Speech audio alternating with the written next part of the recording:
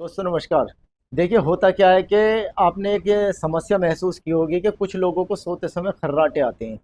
और मतलब इस कदर आते हैं बाजी बाजी को कि आसपास में तो कोई सो ही नहीं सकता। उनके खर्राटों की इतनी आवाज़ होती है। अब देखिए उसके लिए क्या करें, चलिए उसके लिए एक उपाय बताते हैं कि जब रात को सोना हो कि भाई अब हम बिस्तर पे लेट गए, अब हमें सोना है, तो देसी गाय का घी एक बूंद इस नाक में, एक बूंद इस नाक में। ठीक है, चंद्र स्वर सूर्य स्वर जैसे कि मैंने पहले भी बताया। और एक एक सफिशियंट है, बाकी आप दो दो बूंद भी घी डाल सकते हैं।